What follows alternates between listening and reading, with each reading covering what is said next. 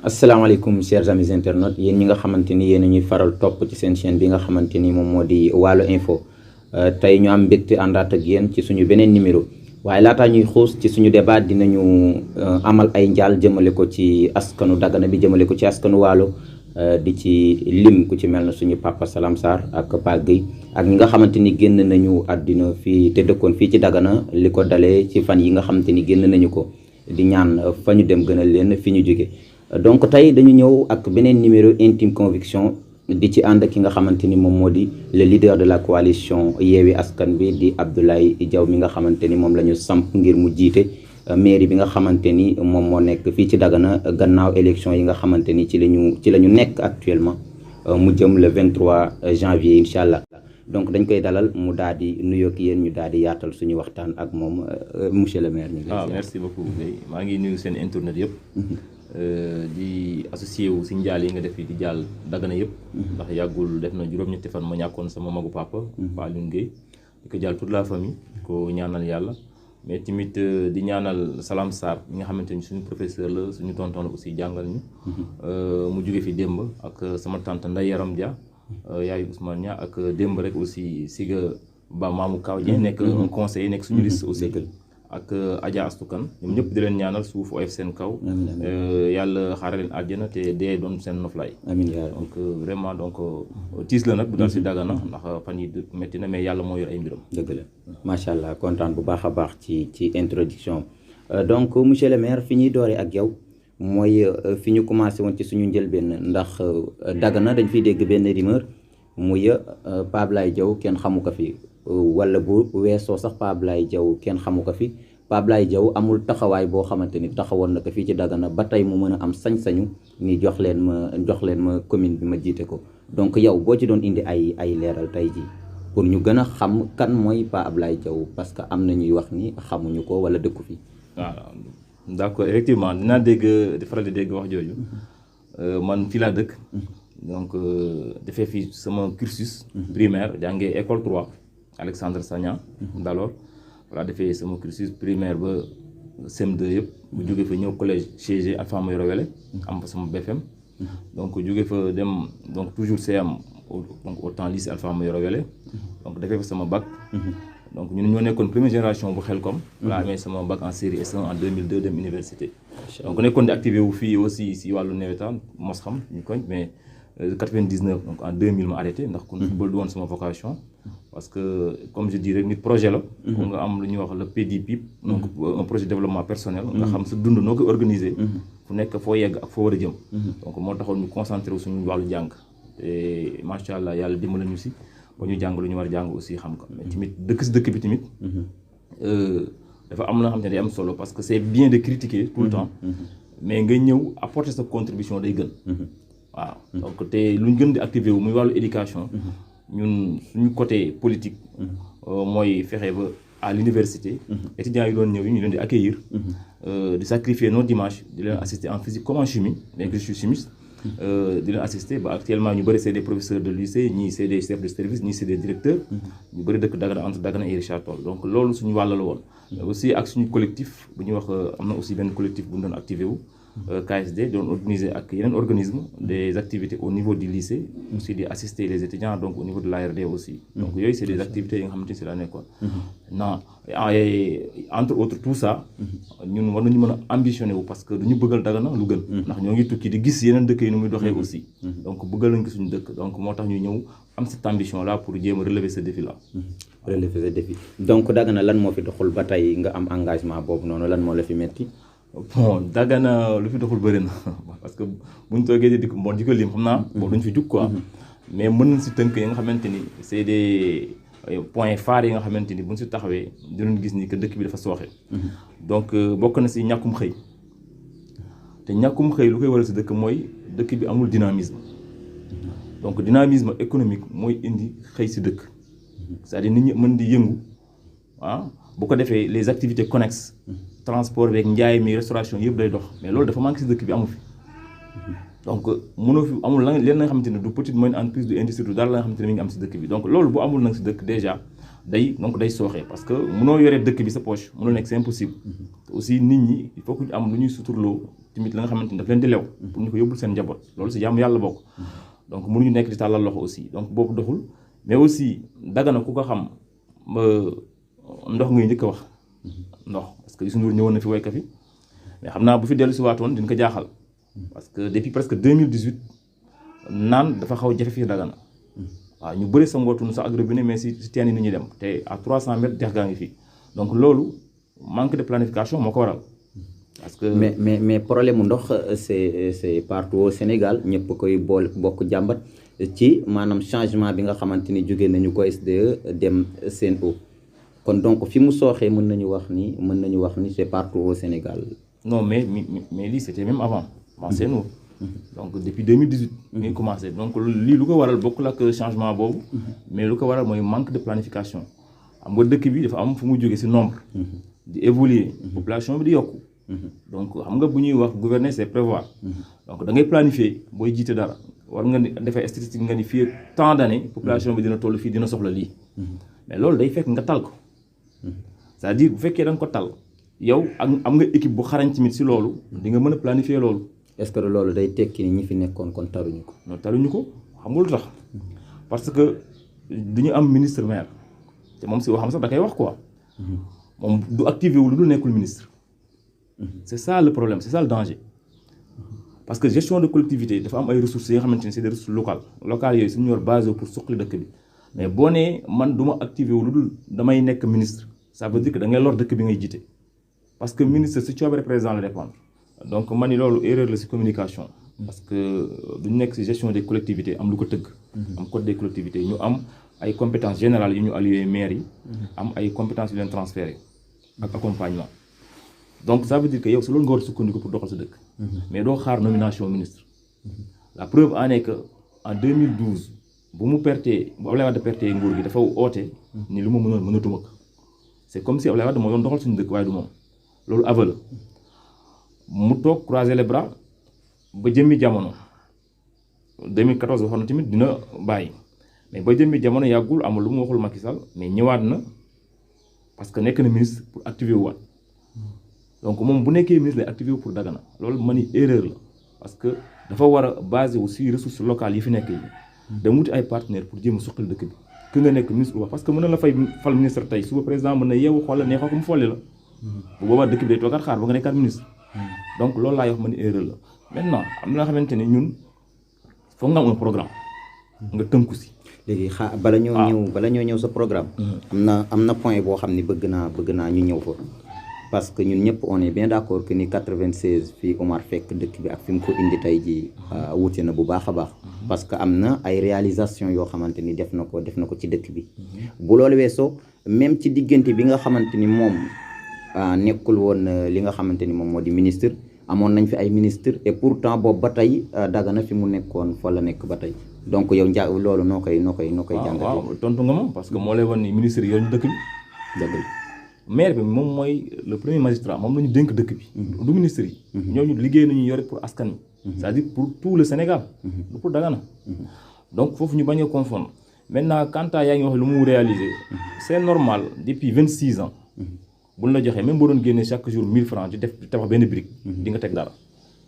mais jéego yu nga dax yi ngay xool est-ce que fi ñu toll ci jamono bi au 21e siècle ndax du ñuy dox wala du ñuy waaxu wala du ñuy raam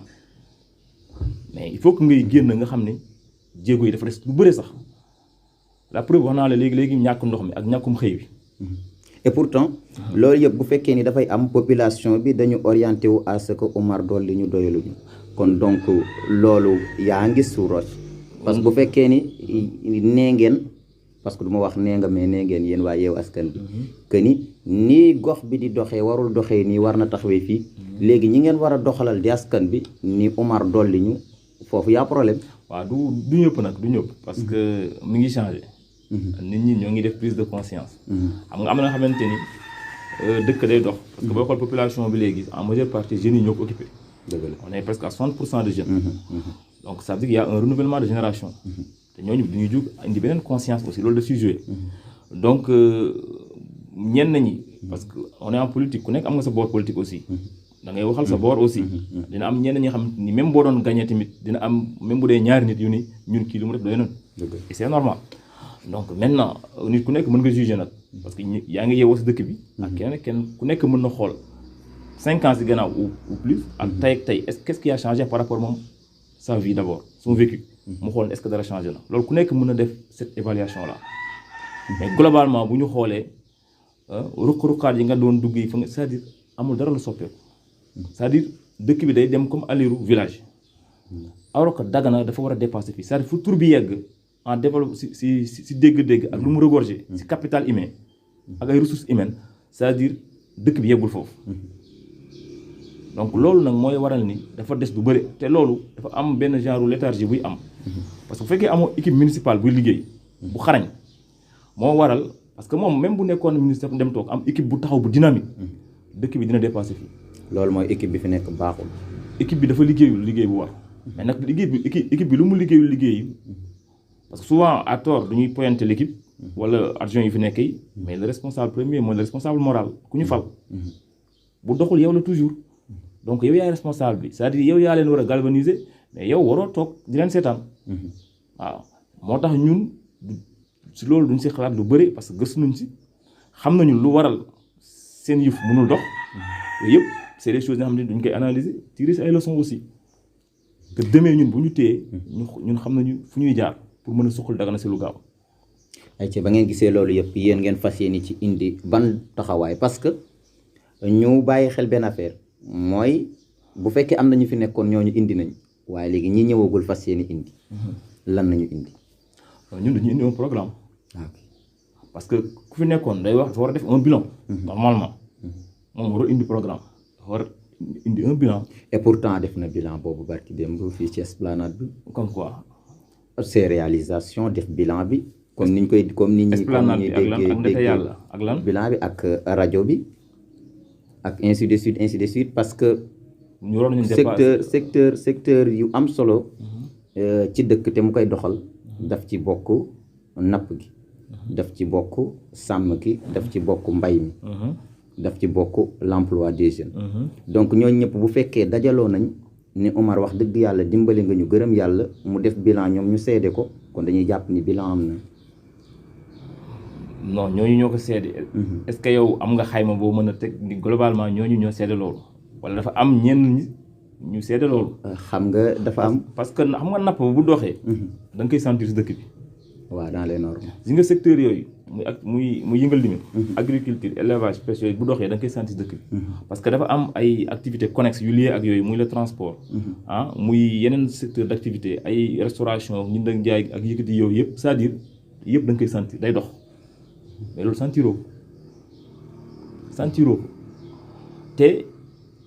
même napp boobu nga wax noonu sax du deex ga kese nañu parce que léegi le monde a évolué léegi nit ñi duñu dem si mbayum jën ñun def nañu tournée yàggul démb nu barki démb def marché yi marché bële marché bu ndaw dem nañu mais boo duggee di nga xam ne doxul di nga xam ne napp doxul te marché ba nga xamante ni ba mu nekkee xale si laa doon dox ba léegi marché boobu laa fekk rien n'a changé depuis une vingtaine d'années donc loolu du mooy doxal dëkk mais politique bu muy mëne bi pour dëkk bi dox dina jafe maintenant 26 ans bu ñu la joxee un budget 26 ans c'est-à-dire loo nul di nga tabax naa tuuti sax wala nga teg benn brique. mais léegi moom tabax na wala tabaxul teg na brique wala tegul. non man lu ma gis naa fi Ndate Yàlla gis naa fi Esplanade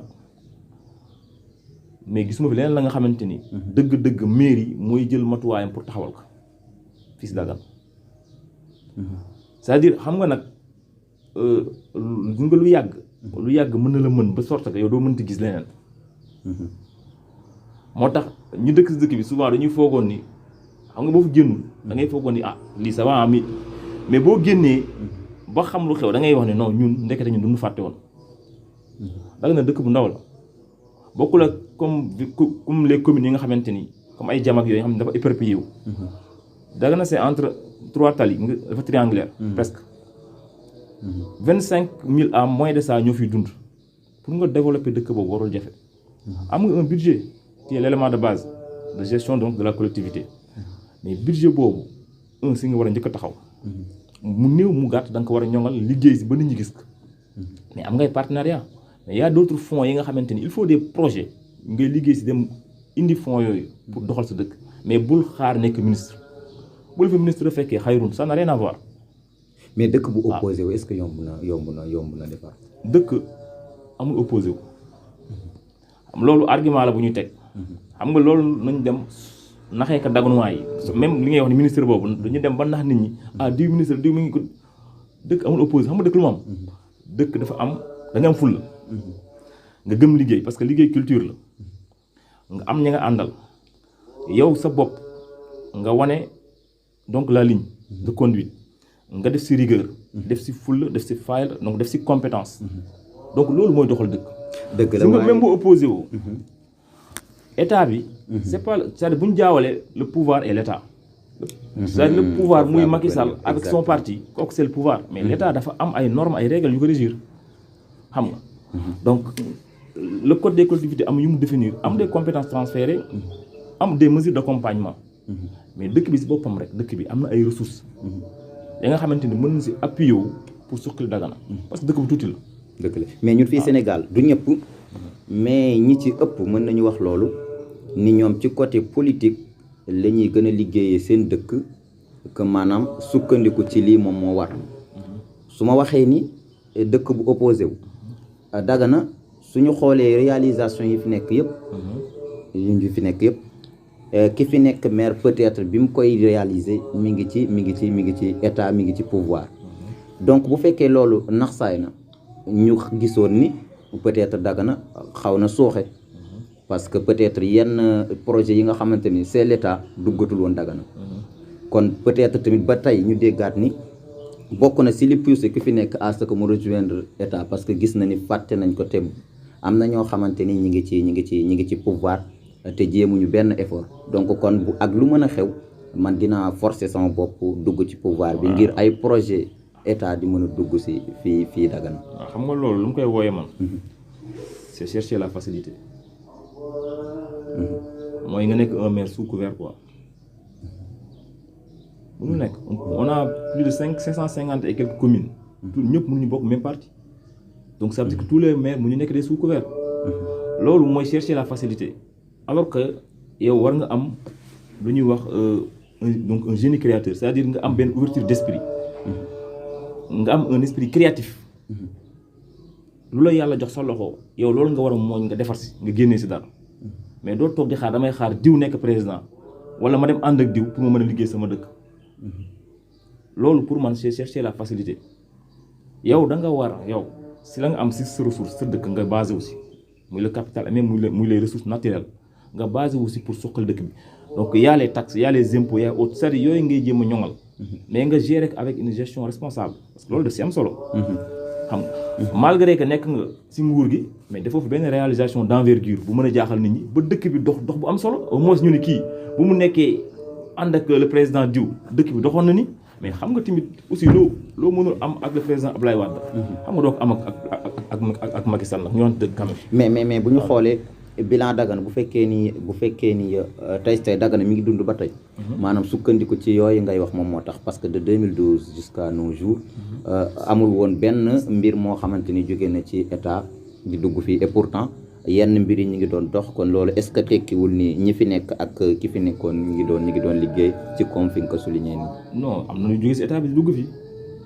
c'est-à-dire état bi moom toujours am na ay fonds yi nga xamante ni da koy dimbali les collectivités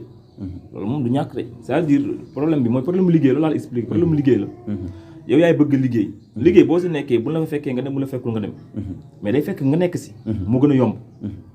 mais boo toogee di xaar ministre pour nga liggéey mais c'est normal que dëkk bi soo xee nii mooy waral yow boo ñëwee boo jotee si la ngay ut li la première chose à faire c'est des manifestations xumbal joxe nit ñi distribuer alors que yow ci oublie dëgg-dëgg la nga xamante ni mooy coono dëkk bi am na la nga xamante ni boo bëggee dimbale nit ñi aussi c'est-à-dire foog nga leen di wax dëgg gi mais doo leen yóbbu si facilité ak si lu yomb parce que boo ñëwee woote joxe ku nekk 10 000 fii t-shirt ak comme li fi xew démb xam barki démb nit ñi dañuy génn parce que nit ñi dañoo sonn bu fekkonte ne doxal nga dëkk bi nu mu war a doxee boo wootee dina jafe nga gis nit ñi di génn ñaata yoon lañ fi organiser ay tertu donc mën nañu xayma fii ak les 20 jours parce que y a 3 rentrées politiques ay tertu rek mais si nga bu dëkk bi doxoon dëgg am activité économique pour nga defe yooyu di gees du gis ni day xaw a jafe parce que nit ñi dañuy liggéey te dynamique boobu nag moo war a am si dëkk nit ñi waruñu am jot waaw mais boo bàyyee dëkk bi mu dee mu nax saay heure boo wootee da ngay gis nit ñi dañuy parce que ku nekk yaa ngi wut loo téye mais loolu erreur la waaw donc vraiment je crois que le fait que nga wax ni il faut que nga nekk ministre wala comme ni nga souligné depuis 2012 ba léegi comme nekkul ministre dëkk bi dafa sooxe loolu erreur la il faut que Dagana waay ñu xam loolu que dëkk bi il faut une équipe dynamique parce que liggéey rek la du génie du génie du ministre du dara liggéey la na ngay liggéeyee sa yow fi nga nekk ak keneen ñooñu ñooy liggéey di fayee impôt et taxe moom la ñuy dajale pour doxal dëkk bi. monsieur le maire. dañuy ñëw dugg suñu deuxième partie donc suñu deuxième partie fi ñuy tàmbalee suñu waxtaan dafay jëm ci programme bi nga xamante ni apporteel ngeen ko population bu Dagana nga xamante ni fas yéene ngeen si xaar seen tànk tubéy pour amal mbir yooyu noonu boo ñu ci doon mën a defal benn briefing pour mu leer ci nopp askan beeg suñu internet yi nga xamante ni ñuy seetaan. waaw d'accord merci beaucoup. Effectivement donc lu gën a am solo aussi. mooy la nga war a proposer. donc pour la commune c'est-à-dire boo demee ba jël les rênes. naka nga koy doxalee. donc mu am un programme bu ambitieux bu ñu tënk liggéey si depuis lu yàgg. donc consulter si ñu bëri ñoo xamante ni c'est des experts si matière yooyu def ay enquête de terrain aussi. pour mën ko tënk. donc du lycée des programmes étatiques mais c'est des programmes yi nga xamante ni ñun c'est un projet de développement local lañ ko tudd. parce que dañuy appuyer wu si les ressources locales mais ak expertise boo xamante ni am na fi au niveau local. mais également ak lu ñu code des collectivités may aussi. donc bu ñu defee diagnostic ba pare donc on a dit que ñun suñu objectif c'est faire de Dagana une ville moderne. avec une économie solidaire très dynamique. parce que on a vu que dafa am un certain social ba nga xamante ni c'est un social dépendant. et ça c'est très improductif mooy ñëw tàllal loxo joxe ñun suñu objectif mooy ñu fexe ba dëkk bi am dynamique économique nga xamante ni ku yëngatu di nga am loo suturloo ak sa njaboot te kenn du la xamal donc loolu dafa am solo et ñu ni loolu pour ñu def ko on va passer d'abord par une gestion responsable du budget parce que boo amee budget d'abord mooy sa élément de base nee naa la mu néew ak mu bëri mooy sa élément de base moom nga war a ñoŋol sa projet ya ngay tënk yi nga planifier de sorte que budget bi mën ko attan d'abord c'est-à-dire du fu nekk ngay dugal xaalis bi ou n'importe où par exemple ngay gis bu ñu xoolee budget bi ñu gis si lu ñuy wax le service 313 mooy bureau du maire cabinet maire bi presque muy engloutir xaalis bu bëri alors que yenn service comme sport éducation culture ñu leen di mosal or yooyu ñooy base bi donc beneen bi mooy dañuy appuyer wu si le capital humain de qualité ba nga xamante ni dëkk bi am na ko ñu nekk ici au niveau national comme à l'étranger te ñuy jokkoo ak ñoom si lu bëri waxtaan ak ñoom si lu bëri ñu am ay projets yi nga xamante ne ay ambitions yu ñu am si dëkk bi bëgg indi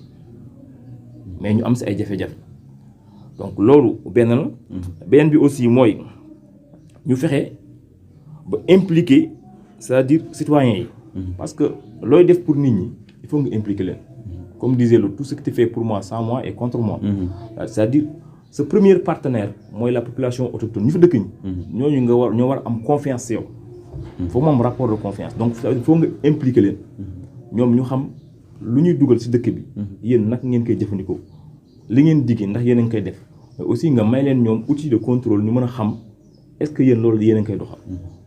donc loolu da si am solo beneen bi mooy ñu proposer ay solutions ya nga xamante ni du ay solutions conjoncturelles mais c'est structurel xam nga conjoncturel diw feebar na fee nga ñëw yëkkati jox fii diw kii na fii parce que am na sa comédie ñu may dégg mu naan diw jaay na terrain pour fajee kii xam nga bëgg ko non da nga war a fexe ba defar santé bi donc social boobu ñuy wax c'est-à-dire bu doxee dëgg-dëgg kon du ñu tollooti foofu bu santé bi doxee kenn du toll foofu ay diw jaay na non c'est-à-dire lépp day dox day nekk benn chaîne waaw donc loolu mooy en gros la nga xamante ni mooy objectif yi nga xamante ni am nañ ko pour Dagana fexe ba ku feebar faju doon problème waaw ku war a jàngi aussi mën a jàngi parce que da ngay dem école nga dégg ñun dàq nañu tant de gosses parce que inscrire nañu parce que lii ak c'est-à-dire yooyu fi ñu toll war nañ ko dépasser waaw et pour ça nag am nañu si ay mesures fortes yu ñu jël am na ay mesures fortes yu ñu jël ñu def ko ñu étaler ko aussi donc dans le temps donc mu am des points yu ñu retenir pour le court terme le moyen terme et le long terme donc et loolu dafa am solo ci planification bi mooy ces horizons temporels là dafa am solo parce que il faut nga planifier mooy loolu moo lay may sax mooy may population bi ñu xam ni waxtu bii de lii war na pare bu mu fekkente ni parewul ñoom ñu mën a am sañ-sañu dem bu ñu demee ci mairie bi laajte ni projet bii ngeen waxoon date yi ngeen joxoon échéance yi fa ngeen ci toll ñu am aussi ñi nga xamante ni duñ fay nekk di leen tontu te bañ leen ñàkkal fayda lii de ak lii fi mu toll même avant boobu sax ngay communiquer parce que communication bi dafa am solo waaw à chaque fois nit ñi di xam ni lii de fii la toll loolu mooy tax réeroo dootul bëri donc loolu et pour ça mooy dañuy fexe ba defar des axes d'orientation yu clairs et net et aussi wut benn outil de contrôle ba nga xamante ni population bi daañu mën contrôler l'action municipale donc loolu ñu teg parce que loolu mooy tax lépp leer mu nekk dans la transparence beneen bi nag ñu fexe mettre en place benn comité ba nga xamante ni parce que kenn réeróowul mbir que Dagana problème yi ngay dégg problème foncier la donc problème suuf bi ngay dégg donc loolu il faut que ñu régler ko c'est-à-dire ñu fexe ba ñu régulariser parcelles yi déjà ñi nga xamante ni attribution yu bees yi la ñu fexe ba tekk ci équité c'est-à-dire amul kii sama parti la bokk mooy am amul kii man la àndal mooy am c'est-à-dire ñu fexe ba yemale ci ñëpp parce que mbiru dëkkuwaay la ku nekk fa ngay sutur loolu donc yooyu c'est des choses yi nga xamante ni duñ ko bëgg a régler ci dans le court terme ñu ànd ak ci des services yi nga xamante ni ñoom ci yoonu ñuy màcc muy comme SAED l'urbanisme l'habitat ñu ñëpp c'est-à-dire c'est des bras de l'État yi nga xamante ni ils s'activent dans ce domaine là ñu taxaw ci ñu fexe ba problème mu suuf dootul nekk fi ci Dagana parce que xam nga dafa am benn dispatch yi nga xamante ni c'est inéquitable da ngay dugg ci benn kër am gis fa 5 nit yu am ku nekk am terrain nga dugg beneen kër bu topp bi kenn am fa terrain c'est parce que ñooñu bokkuñ ci ñoom donc yooyu lu ñuy pousse la fexe ba incha allahu rabbi que suuf si ñëpp yamandoo ci ñëpp mën na ci jot donc beneen point bi mooy ñu fexe ba jël aussi ay initiatives yu pertinentes envers les établissements scolaires parce que loolu dafa manqué parce que école yi dañu war a am ay initiatives yi nga xamante ni mairie bi da koy jël jëm parce que seen compétence la mais doo toog di xaar comme tout récemment ñu ne yóbbu nañu parce que campagne mi ngi jot yóbbu nañu fii 400 table banc joxoon nañu fi inscription non dafa war a nekk la nga xamante ni day dox et régulièrement donc il y a un budget qui est alloué donc à l'éducation mais aussi il y a des initiatives yi nga xamante ni yow miy jiite da nga ko war a jël jëmale ko foofu te il y a des partenaires yi nga xamante ni à l'éducation ils ne s'activent que dans ça il faut aller vers ces partenaires là c'est-à-dire il faut mu am cette hargne là te dynamisme boobu tamit ñu wax ne dëgg mais ndaw moo ko yore waaw donc loolu am na beneen point bi muy le 4e point sur le court terme muy l'éclairage public éclairage public dafa am solo parce que mooy tax nit ñi nekk ci sécurité ak seen ay biens parce que certes am na ay lampadaires solaires di fi ñëw mais barki démb ñoo ngi woon zone Arafat et autres mais dafa lëndëm kurus te loolu day indi insécurité donc yooyu c'est des points yi nga xamante ni ci daar da nga siy taxaw pour soulager les populations waaw donc muy problème mu foncier bi muy problème mu njàng bi muy problème éclairage public bi nga taxaw si donc loolu nañu fas yéene incha allahu rabbi à court terme donc proposer maintenant bu ñu demee ba ci kanam donc dans le moyen terme aussi am nañu 5 points yu ñu tënk bu ci njëkk bi mooy ñu fexe ba réduire les disparités sociales c'est-à-dire ñu fexe ba les services sociaux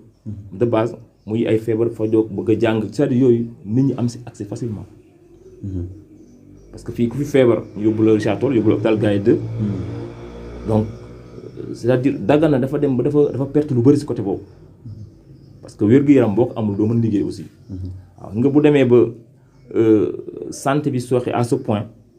c'est parce que dafa manque organisation parce que comité de santé moo fi nekk mais hôpital bi fu ñu toll ak fu Dagana toll c'est-à-dire war nañ ko ériger mu nekk hôpital de niveau 2 au moins mais loolu bu ko nekkee xam nga day am une organisation dans ce cas là c'est-à-dire am un directeur am comptable et tout day organiser wu or nit ñi bëgguñu des fois lu organiser wu mu nekk pàccoxoo moo leen gënal parce que ku nekk si ngay mën def la ngay def mais ñun suñu objectif mooy ñu dem dans cette organisation là fexe ba ñu organiser ko hôpital yi parce que Dagana lu mu toll si population avec les normes OMS war na am hôpital de niveau donc non seulement hôpital parce que am na ay partenaires yoo xam te ñooy wax ak ñoom te c'est pas des partenaires yu extraordinaires yi nga xamante ni ñoo ngi si activé wu di si indi yu mucc ayib donc loolu boo ko amee déjà aussi nga fexe ba di capacité aussi médecins yi c'est-à-dire le corps parce que le corps bu ñu toogee foofu appareil yi donc à l'adapté appareil yi la mais à l'adapté +1 +2 mais appareil day évoluer mais ñoom bu ñu fa toogee dañu mën a manipuler appareil yooyu c'est-à-dire il faut que ñu leen di capacité def ay formation def ay stage pour mën a manipuler ces appareils de pointe là parce que la science ça évolue donc yooyu yëpp day suivre cette dynamique là waaw donc beneen bi mooy ñu moderniser l'état civil parce que war nañu romb fa nga xamante ni extrait pour nga am ko Dagana day nekk da ngay donc c'est la croix et la bannière pour un extrait de naissance donc war nañu dem ba numériser l'état civil de sorte que wutum extrait wax dëgg yàlla du nekk coono si nit ñi parce que bu ñu demee ba des fois ngay gis fii Dagana diw dem di wuti extrait ñu ne que numéro registre bi moo ma toog parce que ce numéro peut-être jaay nañ ko wala sàkkal nañ ko pexe nga perdre sa diplôme yëpp yi nga amoon pour lan ay somme yoo xamante ni vraiment jaru ko waaw donc yooyu yëpp loolu moo ko indi te monde bi nu muy évoluer gis nga boo amul donc cet stockage numérique là kenn ñaanu ko yàlla mais bu fa feu amoon tàkk-tàkk mais ça veut dire ñu bëri ñu perdre seen ay documents donc il faut que nous dem vers donc cette numérisation là te loolu aussi liggéey si du doon lu jafe donc boo si ànd ak même étudiants yi sax mën nañu dimbali si liggéey boobu waaw beneen bi mooy ñu restaurer donc l'animation socio-culturelle parce que dëkk bi amul activité culturelle donc parce que am na football avec les ASC mais C bi dañ ko dindi léegi c'est association sportive rek la football long or ASC yi dafa am lu ñuy jëriñ si dëkk surtout côté culture environnement yëpp duñ si war di yëngutu ñu leen di former si gox-goxaat yi parce que loolu même bu dul dara sax daañ indi benn participation citoyenne ku nekk sa localité waaw donc loolu donc bëgg nañ si taxaw ba dëkk bi amaat benn animation socio-culturelle mu am ay veillées culturelles ñu construire aussi des médiathèques xam nga ay musées yi nga xamante ni au moins dëkk bi dina yëngatu waaw vraiment loolu ay pàcc yu ñor la waaw beneen bi mooy les corps des métiers comme ay corps des métiers yi mooy ñu nekk di les soudeurs métalliques rek ñoom ñuy def menuiserie donc de bois et tout même l'agriculture et autres c'est-à-dire il faut les revaloriser corps des métiers par exemple am na ay yu ñuy defar yoo xamante ni yu simple ay table banc pour école yooyu mais yooyu mën nañ def suñu soudeur métallique et de bois blouse yeeg uniforme yooyu suñu tailleur yi mën nañ ko gérer fii c'est-à-dire yooyu c'est des choses yoo xamante ni da am na ay formation yoo xamante ni da nga leen di dimbali si yooyu organiser leen pour ñu liggéey si mais loolu mooy gestion collectivité waxuma waxu ministre loolu si collectivité rek nga nekk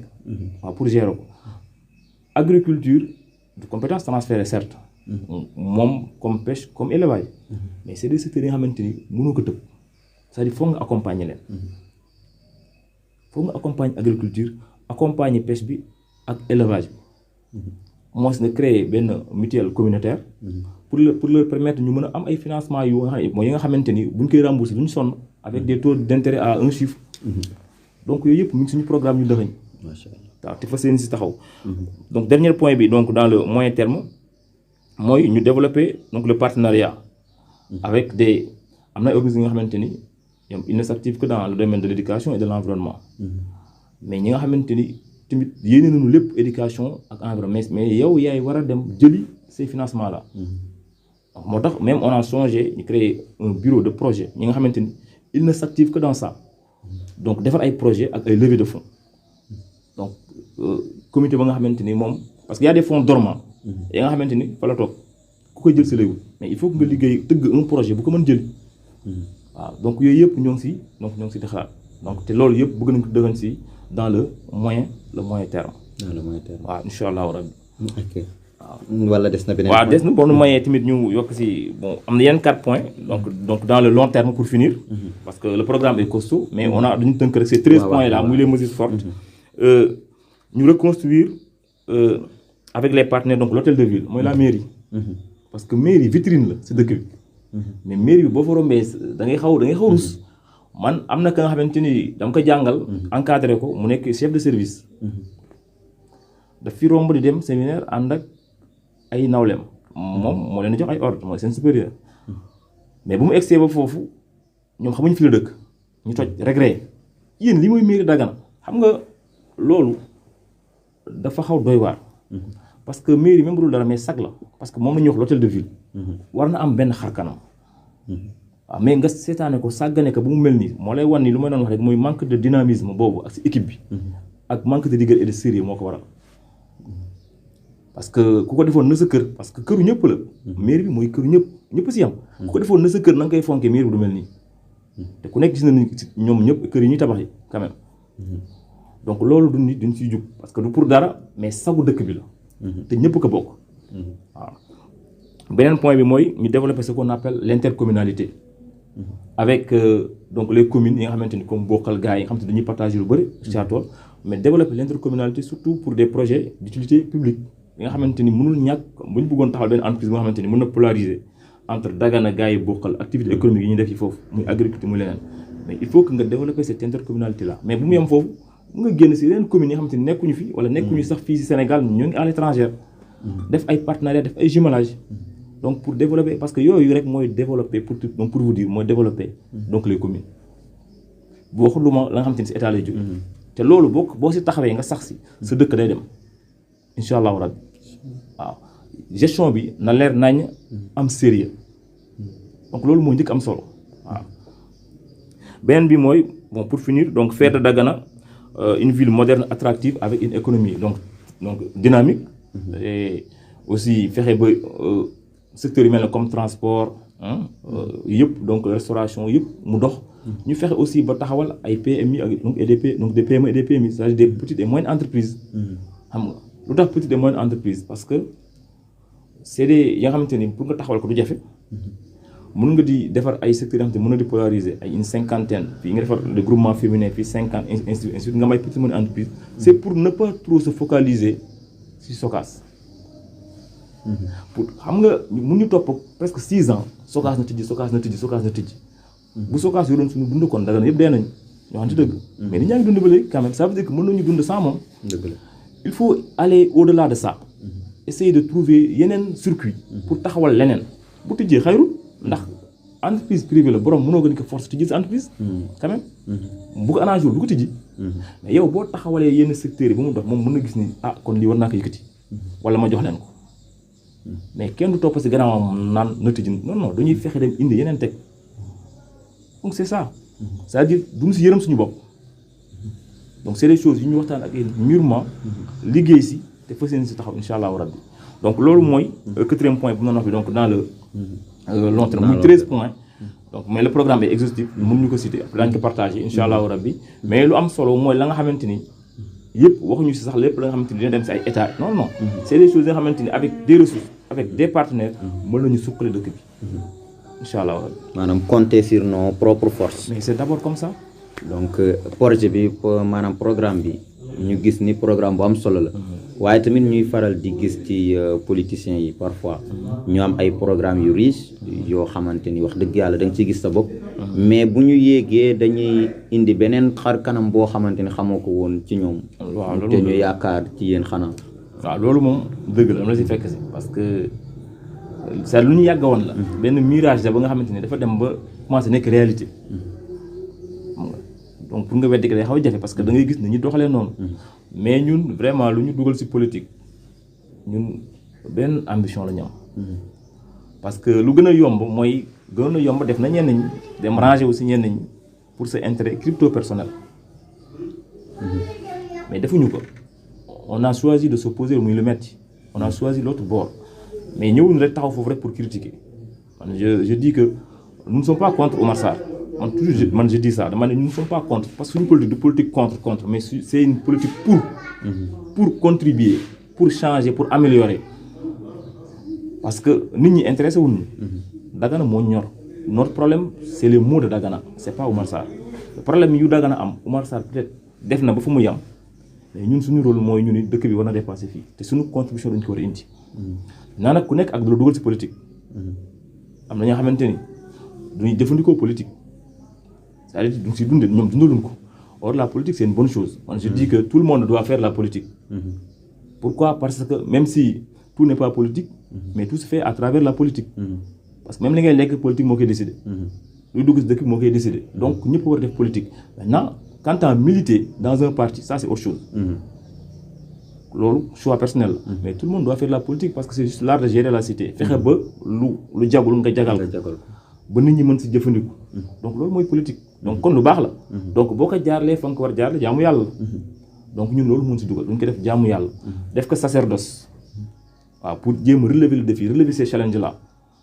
donc loolu mais est-ce que xam nga maanaam fi nga daanelee nii. maanaam nekkul kàddu goo xam te ni bees na suñu nopp ñun politiciens yépp comme kàddu gii la ñuy wax. mais sa bos yow lan mooy wane ni exception la ci biir règle yi bu fekkee ni loolu daan na am. waaw xam nga saa bu mën fa boppam quoi. nga xamante ni si yéen war a def seen investigation peut-être ngeen xool ñun fu ñu nekk di fa exercer ak yeneen ak fu ñu jaar. nu ñu doxalee quoi. parce que ñun du ñu gëm dara mooy nit foo yem rek fa la yàlla yemale. boo bëggee yaafus yem foofu rek mu yàlla yaafusal. yow yaay c'est-à-dire da ngay xam lu la yàlla may d'abord. mais ñun du ñun kese parce que on est une équipe. toujours je le dis parce que même boo leen gisul souvent may fës parce que nous on prône ce qu'on appelle le leadership éclaté. pour bañ a créer ce qu'on appelle le culte de la personne. diw comme ce qui se passe. et loolu c'est très dangereux. mais politique dafa laaj bruit politique. non ça donc moom li wax nii nu bokk la bruit politique mooy nga fexe ba créer tout à ton image yow kese boo fi nekkul ñëpp croiser les bras di xaar boo ñëwee rek affaire bi yëngut non. loolu am na ci dëkk bi. daf fi am bu baax moo tax ñun on essaie de faire de sorte que ñëpp nekk ay Pape Abdoulaye Diaw bu ko defee da ngay noppalu boo doon liggéey 110 nga liggéey. donc gannaaw ba ñu jógee ca fa ñu dooree jaar ci seen programme déglu la attentivement nga souligner 13 points. bien vrai que temps bi xat na waaye nga daal di koy tënk. donc peut-être askan bi di xaar ci yow sur le terrain pour nga gën leen ko décortiquer. Inch'Allah. donc message bi ngay lancer askan bi laata ngay joxe sa mot de la fin. bon askan bi lu mu leen di wax surtout ñu jëm ci échéance yi. Dagana dafa doon dëkk bu particulier nag. parce que ñëpp ay mbokk nañ. dëgg la. Oumar Sarr sama papa la ndax ñu bokk benn maam. donc pour vous dire rek démb ñëw na suñu kër di jaale si.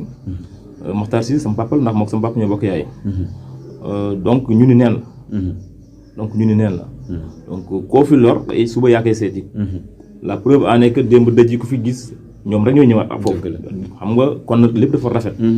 parce que dama bëgg a defar wax dëgg yàlla jarul dóore.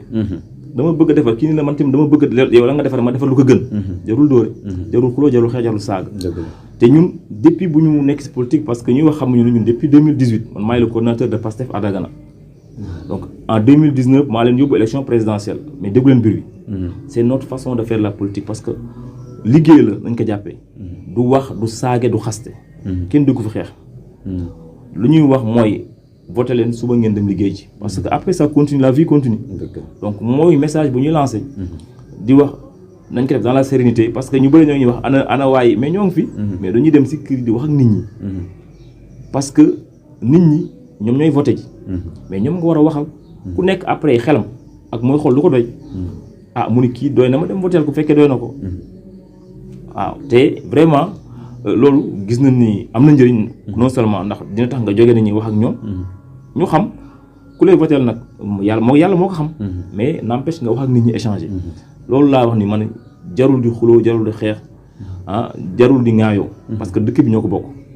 bu ñu voté le 23 le 24 ñëpp fi mu ñu yeewoo ku nekk sa activité. waaw donc ñu rafetal lépp waaw. macha allah donc looy tàggatoo. vraiment di leen remercier yéen Waalo Info seen taxawaay seen liggéey bu rafet. di leen ñaanal que mu gën a dépasser lii. donc ngeen am ambition yu gën a mag am ay studio yu gën a mag lii. te mu wër fépp vraiment.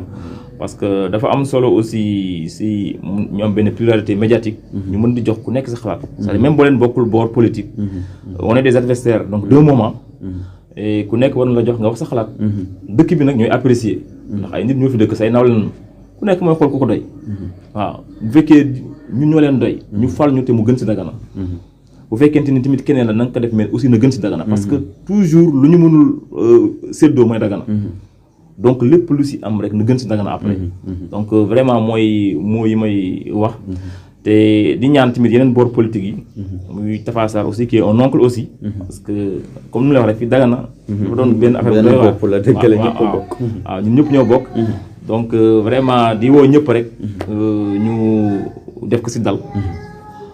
mener une campagne saine. Vraiment ku nekk doxal la ngay doxal. wax ak say nit. wax ak waa dëkk bi. ñu bàyyi waa dëkk bi ñu jugé aussi tamit ak seen taay bakkan. parce que ñu bari parce que firnde bi ñu koy indi ñu ndaw la benn boor politique la ñu ndaw parce que ñuy voté ñi. ñoo ëpp ñuy politique. dëgg la mais bu ñu amee firnde seen kaw lay dalaat. ñoom rek ay sonal. donc nañu fexe ba moytu daal di ñaan yàlla daal. ak ñu nu àndal. waxtaan nañ si lu bëri muy waa Yewwi Askan Wi. fii muy waa PASTEF ak waa PUR ak Taxawu Sénégal. PSC Jéngu. ak les mouvements des non alignés. ñoom ñëpp vraiment ñoo nekkal fii à Dagana waxtaan nañ si loolu te vraiment depuis loolu ñu ngi koy jëfee di ko taxawee. waaw muy fexe ba rafetal communication bi. doxalin yi tekk si yoon ñu indi beneen doxalin bu bees. ndaxte xam nga boo tardé bëgg dab bëgg si boole leen day xaw doy waar. donc on est très concentré sur l'objectif. macha allah incha allah merci beaucoup. merci beaucoup. donc kontaan bu baax a baax dalal gi nga xamante ni moom moo di Pape Ablaye Diaw ci seen émission bi Intime Conviction. donc mu wax yu am solo waaye wax yu rafet donc mat a bàyyi xel tamit parce que bu lancé message jëmale ko ci askan bi jëmale ko si nañu rafetal kaddu yi moom en tant que leader donc damay jàpp ni militants yi dégg nañu ko te dinañ ko def. donc ci yeneen boor yi tamit ñuy ñaan politique yàggul bientôt 23 janvier après dafay jeex kon donc ñun ñëpp ñoo bokk ndey ñoo bokk baay après mbir yi dafay continuer donc ñu rafetal wax yi nga xamante ni ñi ngi koy wax. waaye itamit ñu sàmm suñu ay kàddu bañ a def benn violence boo xamante ni tey si tey après affaire yi dafay jeex mu doon gàcce suñu biir donc dañ leen di jox dig daje incha allahu rabbi beneen Intime Conviction beneen numéro ak beneen parti politique parce que Waalo Info comme ni ñu ko waxee dafa tëddee njaaxaanaay ci mbir yi bien vrai que politique sévère na fiir na waaye dinañ ci xar suñu tànk tubéy ba ku ci nekk rek di ci gis sa bopp donc dañ leen di jox dig daje waaye tamit di leen wax ni corona bi mi ngi fii ngeen bàyyi xel bu baax a baax si les gestes simples gestes barrières yi nga xamante ni mën nañu muccale donc merci beaucoup à la prochaine fois incha allah.